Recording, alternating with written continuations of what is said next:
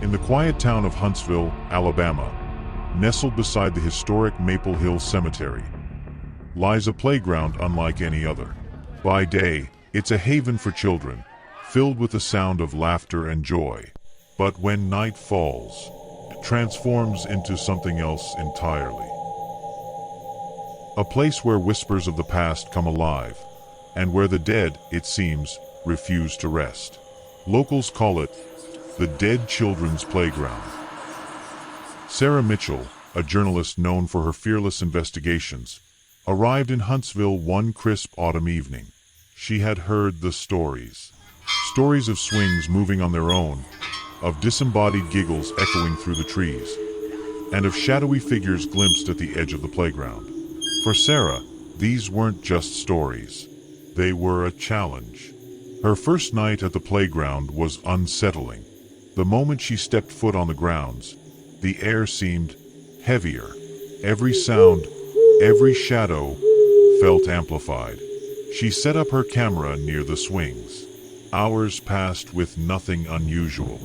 But just as she began to think it was all a myth, she noticed something. The swings, they were moving. Slowly at first, then more deliberately. Her heart raced. There was no wind, no logical explanation. And then, she heard it. A faint giggle, soft but unmistakable. Through the lens of her camera, Sarah caught a glimpse of something. Someone, a shadowy figure, standing near the edge of the playground. She called out, her voice trembling, "Who's there?" But the figure didn't respond. Instead, it dissolved into the darkness, leaving nothing but the sound of rustling leaves. The next night, Sarah returned. This time, she brought a small toy, a simple offering, hoping to coax the spirits into revealing themselves. She placed it on the merry-go-round and waited. 4 hours, nothing happened. And then, just as she was packing up, the merry-go-round began to creak, slowly at first, then faster. A child's voice whispered, "Play with us." Sarah froze. The voice, it sounded so close. "Who are you?" she asked, her voice barely above a whisper. The response was a chilling chorus of voices, overlapping and distorted. But one name stood out, Emily. The name haunted Sarah as she dug through local archives. She discovered that in the 1960s, several children had gone missing in the area. Their bodies were found near the playground, but the cases were never solved. Among the victims was a girl named Emily. Her favorite spot? The merry-go-round. Determined to help, Sarah returned to the playground one final time. She stood before the merry-go-round, speaking softly into the night. "Emily, if you're here, I'm so sorry for what happened to you. To all of you. You deserved so much better." The air seemed to shift. The heaviness lifted, replaced by a fleeting sense of peace. For a moment, Sarah thought she heard a whisper. "Thank you." "Thank you." When she turned to leave, the swings swayed gently, as if waved by unseen hands. Sarah's story brought renewed attention to the Dead Children's Playground. The community rallied to honor the memories of the lost children, ensuring they were never forgotten. To this day, the playground remains, a place where the past and present intertwine, a place where the whispers of the lost can still be heard, if you listen closely enough.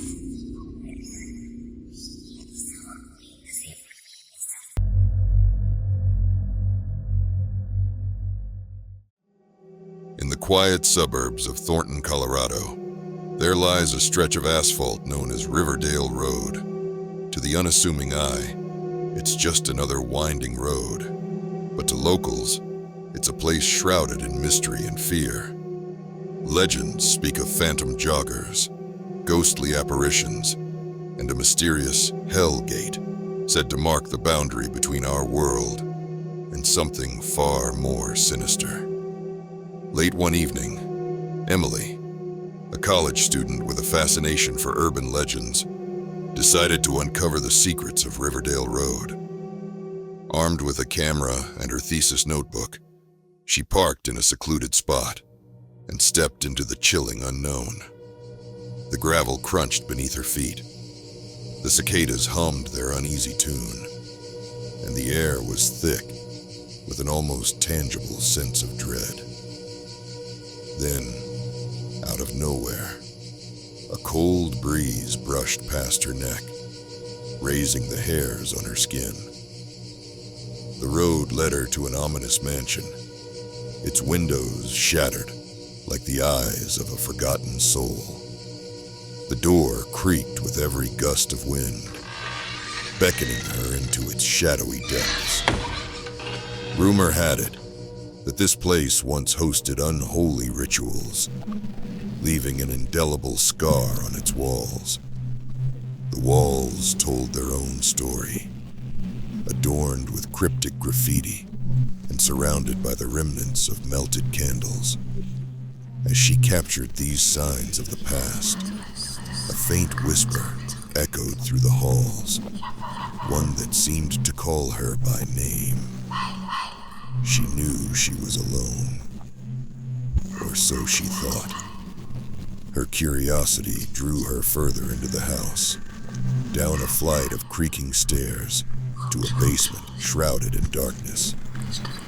There, she found an ornate mirror, untouched by the passage of time. As she stared, her reflection shifted, smirking as if mocking her fear. A sudden sound, footsteps behind her. Spinning on her heel, she was greeted by the suffocating emptiness of shadows. The whispers grew louder, forming a chorus that chanted her name. She fled, her heart pounding like a drumbeat of terror. But the world outside had changed. The road stretched endlessly. The darkness pressed down and her car was nowhere to be seen. No matter how far she ran, the road only led her back to the mansion. It was then she understood. She was no longer in our world, but trapped in Riverdale Road's sinister domain. The legends were not just stories. They were a chilling reality. And so, Emily became another tale whispered among the shadows of Riverdale Road, a place where darkness reigns, and escape is but an illusion.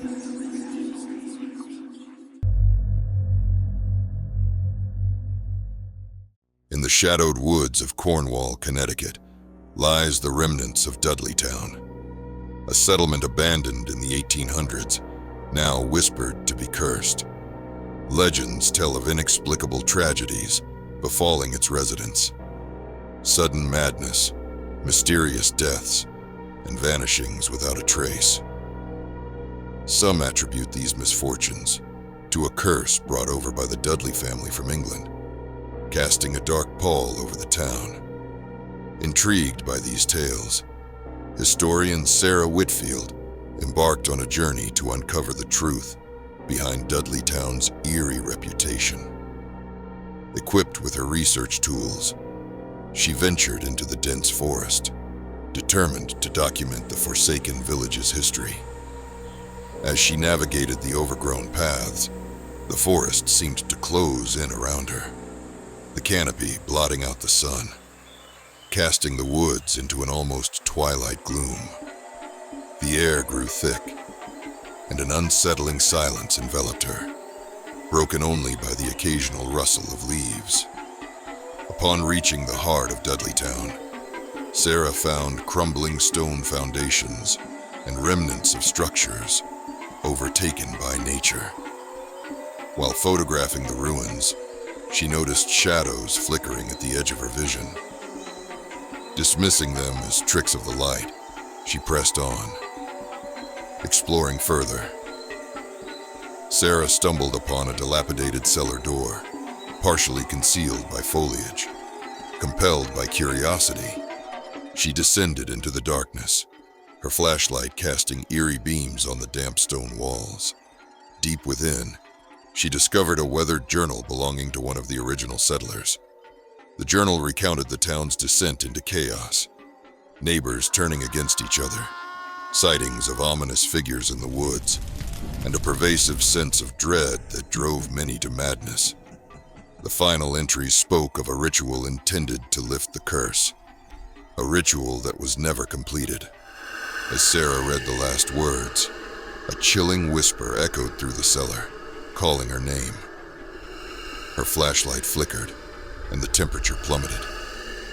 Panicking, she fled the cellar, only to find the landscape outside had changed. The path she had taken was gone, replaced by dense trees. Disoriented, Sarah wandered the woods, the whispers growing louder, more insistent. Hours passed, or perhaps days. Time seemed to lose meaning. Exhausted and terrified, she stumbled upon a clearing where the remnants of a bonfire lay, surrounded by strange symbols etched into the ground. Realizing she had retraced the steps of the unfinished ritual, Sarah felt an overwhelming compulsion to complete it. Using the journal's instructions, she gathered the necessary elements and performed the ritual. As she finished, the whispers ceased, and the oppressive weight lifted from the air. Finding her way back became unexpectedly easy, the forest no longer hindering her path. Upon returning to civilization, Sarah documented her experience, but skeptics dismissed her account as a fabrication. Determined to prove the curse was real, she organized a return expedition to Dudleytown. However, when the team arrived, they found no trace of the village, no ruins, no cellar, not even the clearing with the bonfire remnants. It was as if Dudleytown had never existed. Sarah's health began to deteriorate shortly after, plagued by nightmares and a growing paranoia. Years later, her body was discovered in her home, surrounded by pages of her journal, each filled with the same phrase: "The curse is never lifted."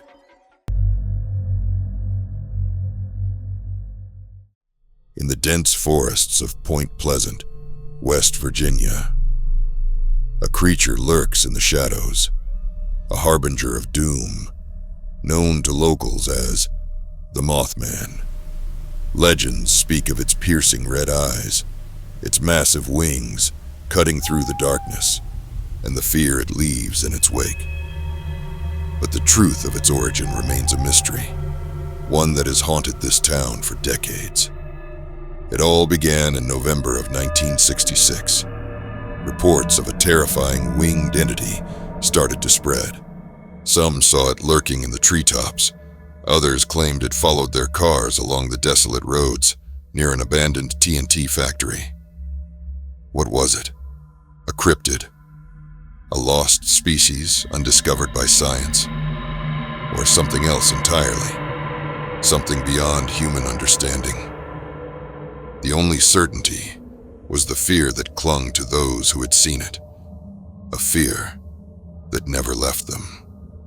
Then, on December 15th, 1967, tragedy struck.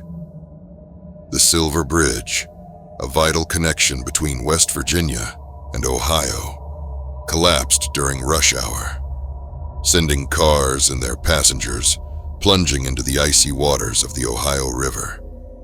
46 lives were lost in the disaster, marking one of the deadliest bridge collapses in American history. Many couldn't help but notice the chilling coincidence. The Mothman sightings had intensified in the weeks leading up to the catastrophe. Was it merely a strange phenomenon? Or was the Mothman a warning, a spectral omen that no one understood until it was too late? To this day, the legend of the Mothman endures. Some believe it is a guardian, a spirit that appears before great tragedy. Others say it is an ancient entity, something not bound by time or reason, crossing into our world with a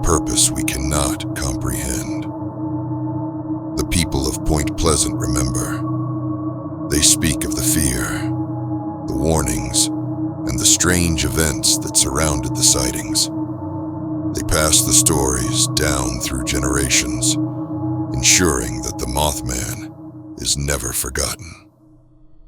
One witness described driving through the night when a sudden movement in the darkness caught their eye. A towering figure with glowing red eyes stared at them from the roadside. As they sped up, the creature unfurled its wings and took flight, keeping pace with their car at incredible speed. It didn't attack, it simply watched. Another eyewitness, a local hunter, swore he saw the Mothman perching silently on a power line, its wings casting an unnatural shadow beneath the moon. When he tried to move closer, it vanished without a sound. Those who encountered the Mothman described a sensation unlike anything they had ever felt before. A deep, unshakable dread that lingered long after the creature had disappeared. Some reported strange dreams in the nights that followed, visions of disaster, whispers of warnings in a language they couldn't understand. Was it simply fear manifesting in the mind? Or was the Mothman trying to communicate something vital, something no one could interpret? Some believe the Mothman is a cryptid, an undiscovered species that has managed to evade capture. Others speculate it is not of this world at all, an entity slipping between dimensions, appearing only when fate demands it. And then, there are those who fear it is something far darker, a harbinger of death, a warning not meant to be understood, only felt. Today, Point Pleasant embraces its legend. A statue of the Mothman stands proudly in the town square, drawing visitors from all over the world. Every year, thousands gather for the Mothman Festival, celebrating the mystery, the folklore, and the unanswered questions. But for those who have seen the creature, those who have felt its presence, it is more than just a myth. It is a reminder of a past that still lingers in the shadows. And the question remains, what truly happened in 1966? Was the Mothman a warning? Or was it something more? And if it was a harbinger of doom, could it return? Beware the eyes that glow in the darkness, for they may be watching you.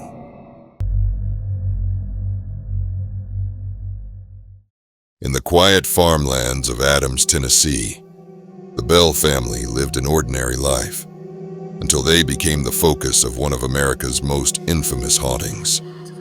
For 4 years, they were tormented by an entity known only as the Bell Witch, an unseen force that would forever alter their lives and send shivers down the spine of all who heard their story.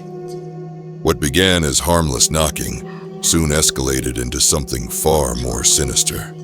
The Bell family reported strange occurrences, scratching sounds in the walls, disembodied whispers echoing through the house, and an eerie sensation of being watched. At first, they dismissed it as imagination, but the entity would not be ignored. The Bell Witch made its presence known in 1817. At first, it was subtle, a soft tapping on the walls, as if something unseen lurked just beyond the family's sight. Then came the whispers, muttered words spoken in an unintelligible language, drifting through the air like a cold breath on the back of the neck. As weeks passed, the disturbances became more violent. Heavy furniture moved on its own. Plates and utensils were flung across the room, and doors slammed shut without warning. The Bell children woke to their bed covers being yanked away in the dead of night. Of all the family members, none suffered more than Betsy Bell. The unseen force seemed to fixate on her, lashing out with terrifying intensity. She was slapped, pinched, and thrown from her bed by invisible hands. Some nights, her long hair was pulled so forcefully that she awoke screaming in pain. The Bell Witch's voice grew stronger, now speaking in full sentences. It laughed, it taunted, and worst of all, it made its intentions clear. It despised John Bell, the family patriarch, and swore it would not rest until he was dead. As the years passed, John Bell's health began to decline. He suffered from strange seizures and bouts of choking that no doctor could explain. The Bell Witch claimed responsibility, declaring that she would never allow him peace. His family watched helplessly as he withered away, tormented by an invisible force they could not fight. The entity would often mock him, mimicking his voice in eerie, distorted tones. It called his name in the dead of night, always just beyond the glow of the candlelight. The Bell Witch seemed to draw strength from his suffering, and she would have her revenge. The legend of the Bell Witch spread far beyond the borders of Tennessee. Even General Andrew Jackson, future President of the United States, was drawn to the mystery. Intrigued by the stories, he set out with a group of men to investigate the Bell farm himself. But as they neared the property, their horses stopped abruptly, frozen in place. No amount of urging could make them move forward. Then, an unseen force rattled the men's wagon, and a ghostly voice whispered a warning. "Turn back now." Jackson, a hardened war hero, was said to have left the farm shaken, vowing never to return. By December of 1820, John Bell's condition had worsened beyond saving. On the morning of his death, the family discovered a small vial of dark liquid near his bedside. The Bell Witch's voice rang out in triumph. She claimed she had poisoned him herself. To test the substance, a small dose was given to a cat. Within minutes, the animal convulsed and died. The vial's contents were thrown into the fire, where they erupted in a violent blue flame. The Bell Witch had won. With John Bell gone, the disturbances lessened, but the Bell Witch did not vanish completely. She made a chilling promise before she departed. She would return in 7 years. And in 1828, the Bell family reported strange occurrences once more. Knocks in the night, whispering voices, and shadowy figures glimpsed in the corners of their home. Though the activity did not last long, it left behind an unsettling question. Had the Bell Witch truly left, or was she merely waiting? To this day, visitors to Adams, Tennessee, claim to hear strange sounds in the night. Phantom footsteps, ghostly laughter, and an unseen presence watching from the shadows. The story of the Bell Witch endures as a chilling reminder of the unknown, and a warning that some spirits refuse to be silenced.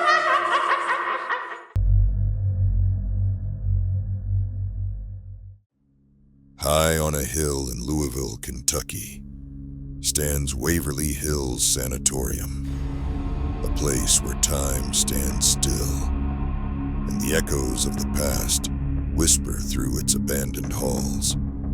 Once a beacon of hope for those suffering from tuberculosis, it soon became a place of despair, tragedy, and lingering spirits. Thousands perished within its cold, sterile walls, and many believe that not all of them left. This is the story of Waverly Hills. place where the veil between the living and the dead is at its thinnest. Built in 1910, Waverly Hills was meant to be a refuge, a place where fresh air and cutting-edge treatments could combat the relentless grip of tuberculosis. At the height of the epidemic, the sanatorium housed over 400 patients at a time, each clinging to a fragile hope of survival. But hope was often met with heartbreak. Medical science was still in its infancy, and with no cure available, treatments were as grueling as the disease itself. Patients endured extreme procedures in an attempt to reclaim their breath. Yet for many, the only relief came in the form of death. The methods used at Waverly Hills were brutal by today's standards. Pneumothorax treatments, where doctors intentionally collapsed a lung to rest it, often led to horrific complications. Rib removal surgery was another common practice. Doctors would remove entire sections of a patient's rib cage in a desperate attempt to allow the lungs to expand. The mortality rate was staggering. The most controversial of these procedures was the lobotomy, performed on patients deemed mentally unstable or suffering from extreme cases of the disease. Though considered medical advancements at the time, these treatments left many in unbearable pain. Or worse, left to die in hospital beds that never saw recovery. Death was so common at Waverly Hills that the staff sought to shield the remaining patients from its harsh reality. A secret tunnel, later dubbed the Body Chute, became the sanatorium's hidden passage to transport the deceased away from prying eyes. This 500-foot-long underground tunnel led from the hospital down to the base of the hill, where hearses and carts would discreetly carry the bodies away. But even in death, it seems, the patients refused to leave. Many visitors report eerie sensations while walking through the tunnel. A sudden drop in temperature, whispers in the dark, and fleeting shadows that dance along the damp, concrete walls. But the Body Chute is only one of many haunted locations within Waverly Hills. Visitors and paranormal investigators alike have encountered inexplicable phenomena throughout the building. Shadow figures dart between doorways, unseen hands tug at clothing, and disembodied voices echo through the empty halls.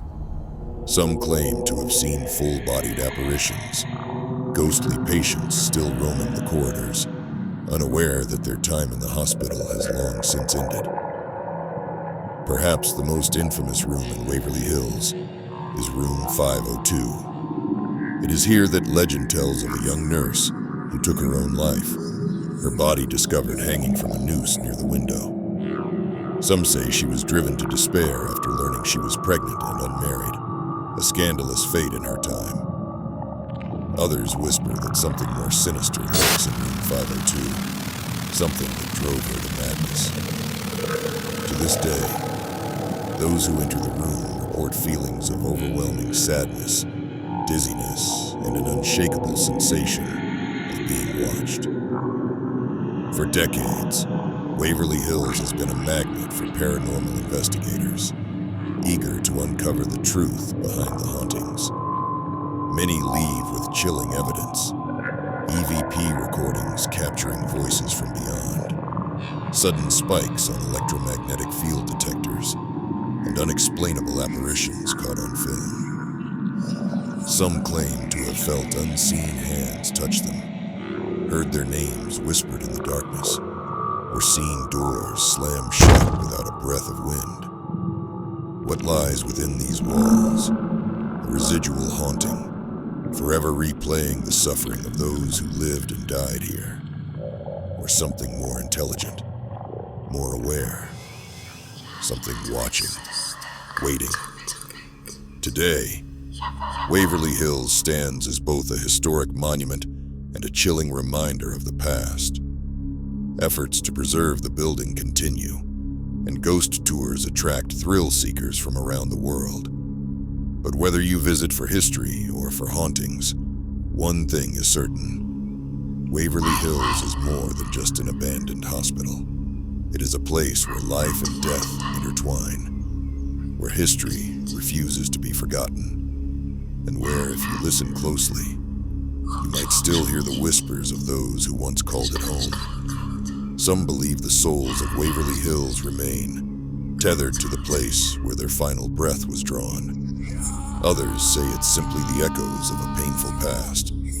But if you ever find yourself walking its darkened halls, pause for just a moment and listen. The wind carries stories here.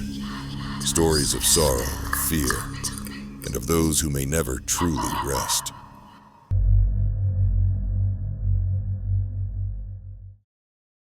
In the heart of the Ozark Mountains, nestled among the misty hills of Eureka Springs, Arkansas, stands the Crescent Hotel, a place of elegance, beauty, and unrelenting darkness. Built in 1886, it was meant to be a grand retreat for the wealthy, a luxurious escape from the world. But over the years, its walls have absorbed more than just the whispers of its guests. They hold echoes of suffering, deception, and death. Today, it is known as America's Most Haunted Hotel, a place where the past refuses to rest. At first glance, the Crescent Hotel appears timeless, its Victorian architecture standing proudly against the Arkansas sky. But behind its grand facade, a sinister past lingers. In the early 20th century, the hotel's golden age began to fade. It changed hands, its purpose shifting, until it fell under the control of a man who would seal its fate in infamy. Dr. Norman Baker was no doctor at all. A showman, a charlatan, a fraud. He posed as a medical savior, promising desperate patients a cure for cancer without the need for surgery. In the 1930s, he transformed the Crescent into Baker's Cancer Hospital, where the sick and dying placed their last hopes in his hands. But there was no cure. There was only suffering. His so-called treatments were nothing more than painful experiments, draining his patients of their money, and eventually, their lives. Many never left the building, their bodies disposed of in secret. The morgue beneath the hotel still holds the remnants of that terrible time. A place of cold metal slabs, empty bottles of false hope, and spirits that refuse to be forgotten. To this day, unexplained phenomena plague the hotel.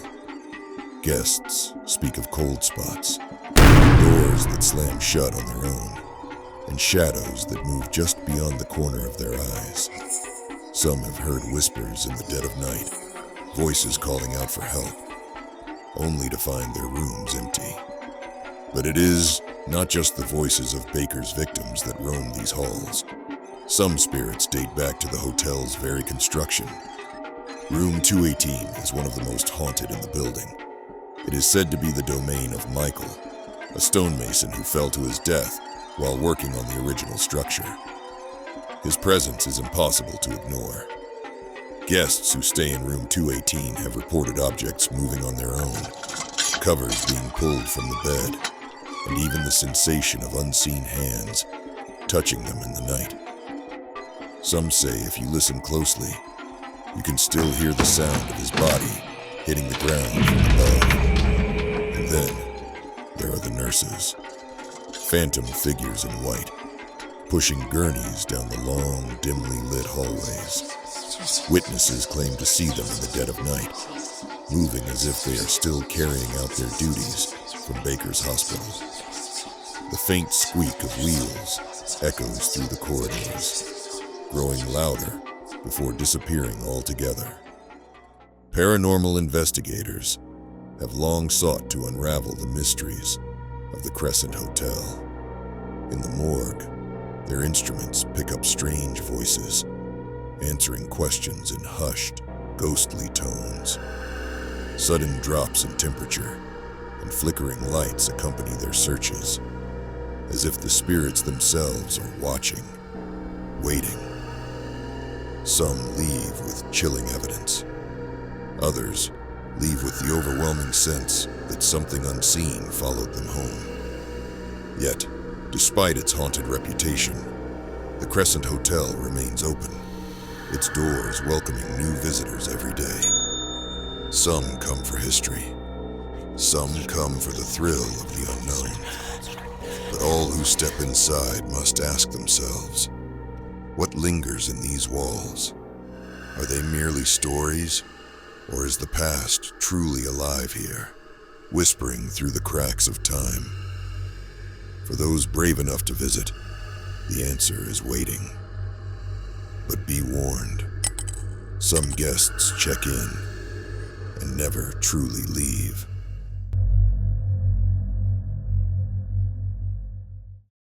In Prospect, Kentucky, there's a road where darkness lingers long after sunset. A narrow, twisting path, swallowed by towering trees. By day, Sleepy Hollow Road seems like any other quiet country lane. But when night falls, the air grows thick with an unnatural stillness. And those who dare to travel its length often find themselves questioning what is real and what isn't. For decades, chilling reports have emerged from this lonely stretch of road. Phantom carriages rolling through the mist, whispers that rise from the empty woods, and most unsettling of all, the figures. They are known as the Shadow People. Silent, watchful, always just out of reach, yet never truly gone. Some describe them as fleeting, black shapes that dart across the road, vanishing the moment headlights strike them. Others say they linger at the tree line, unmoving, as if waiting for something or someone. Many believe the Shadow People are remnants of the past, spirits bound to the land by tragedy. Local lore whispers of an old settlement near Sleepy Hollow Road, one lost to time, erased by disaster. Some say these figures are the echoes of those who once lived here, their souls trapped in the space between worlds. Others speculate a darker origin. Could these entities be something older than memory, tied to the land long before the first settlers arrived? Stories of shadowy figures stretch far beyond Kentucky, appearing in folklore across cultures. Some theories suggest they are not ghosts, but interdimensional beings, entities that slip through the cracks of reality, glimpsed only for a moment before they fade into the night. The strange phenomena don't stop at mere sightings. Travelers have reported sudden, unexplainable chills and the feeling of unseen eyes watching them from the roadside. Some claim to hear faint footsteps pacing beside their cars, keeping perfect time with their speed, only to disappear when they stop to look. And then there are those who have seen something in their rear-view mirror, a dark figure sitting in the back seat. By the time they turn around, they find nothing but empty air. Investigators have attempted to capture proof of these encounters. Some return with eerie photographs, unexplained blurs or shadowy outlines. Others bring back audio recordings, their devices picking up faint voices when no one else was there. But the most unnerving accounts come from those who speak of a presence, a feeling so overwhelming that it leaves them paralyzed, gripped by an unshakable fear they cannot explain. Is it legend? A trick of the mind? Or is there truly something unnatural lurking on Sleepy Hollow Road? Perhaps the answer lies hidden in the whispers of the trees, in the silence that grows too deep, too heavy. The moment you step onto this haunted path, one thing is certain. Those who travel this road at night never leave unchanged. Some roads take you home, others lead you into the unknown.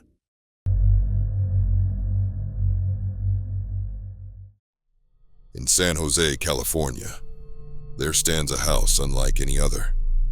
A sprawling maze of corridors, staircases that lead to nowhere, and doors that open into solid walls. This is the Winchester Mystery House, a mansion built not for comfort, but to keep the dead at bay. Sarah Winchester, the widow of firearm magnate William Wirt Winchester, was haunted. Not just by grief, but by the spirits of those who had fallen to her family's invention. A medium warned her that the only way to escape their wrath was to build and never stop. And so, for 38 years, construction continued around the clock. Carpenters followed no master plan, only Sarah's cryptic instructions, expanding, altering, and confounding. Inside, the house became a labyrinth of bewildering design. Windows built into floors, secret passageways, and doors that open into thin air. Each feature was said to confuse wandering spirits, keeping them lost within its walls. At the heart of it all lay Sarah's seance room, where she sought guidance from the beyond, listening for the whispers of the dead. Even today, the mansion remains shrouded in mystery. Visitors and staff report eerie encounters. Footsteps echo in empty halls. Shadows flicker where no one stands, and disembodied voices call out from the darkness. Some say the spirits Sarah tried to appease never left. Others wonder if she, too, still lingers. The Winchester Mystery House is more than just a haunted mansion.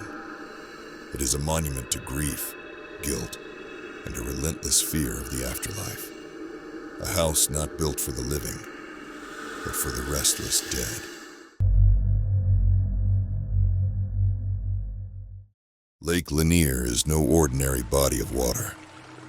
Beneath its shimmering surface lies a graveyard of the past, a town swallowed whole, its streets buried beneath murky depths.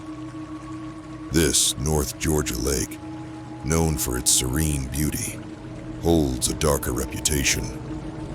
People go missing here. Boaters vanish without a trace.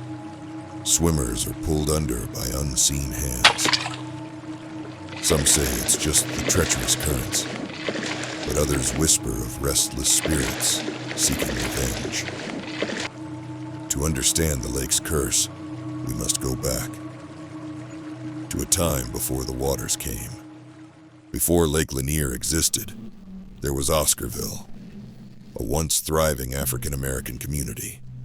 In 1912, a violent purge swept through the town. A white mob, fueled by hatred and false accusations, forced families from their homes, burning houses, churches, and businesses to the ground.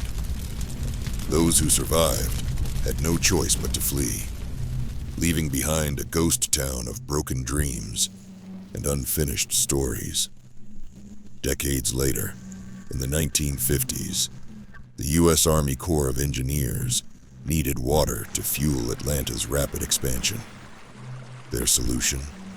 To flood the land. Towns, churches, and cemeteries disappeared beneath the rising waters, erasing Oscarville's memory. But some say The past refuses to stay buried. Since then, the lake has claimed hundreds of lives, more than any other lake in the region. Fishermen report seeing shadowy figures standing on the water's edge, only to disappear. Some have heard voices whispering just beneath the surface, and then there are the disappearances. Boats capsizing in perfect weather. Swimmers suddenly yanked downward. Divers exploring the lake's depths have seen intact buildings, roads leading nowhere, and tombstones still standing, as if the town beneath the lake is frozen in time. One of the most terrifying encounters comes from survivors, those who have nearly drowned in the lake. Many describe the same sensation, an ice-cold grip around their ankles, dragging them deeper into the abyss. Could it be the spirits of Oscarville, seeking justice? Or is it something far older, something lurking in the lake's black depths, waiting for its next victim? Next time you find yourself standing by the shore of Lake Lanier, listen carefully.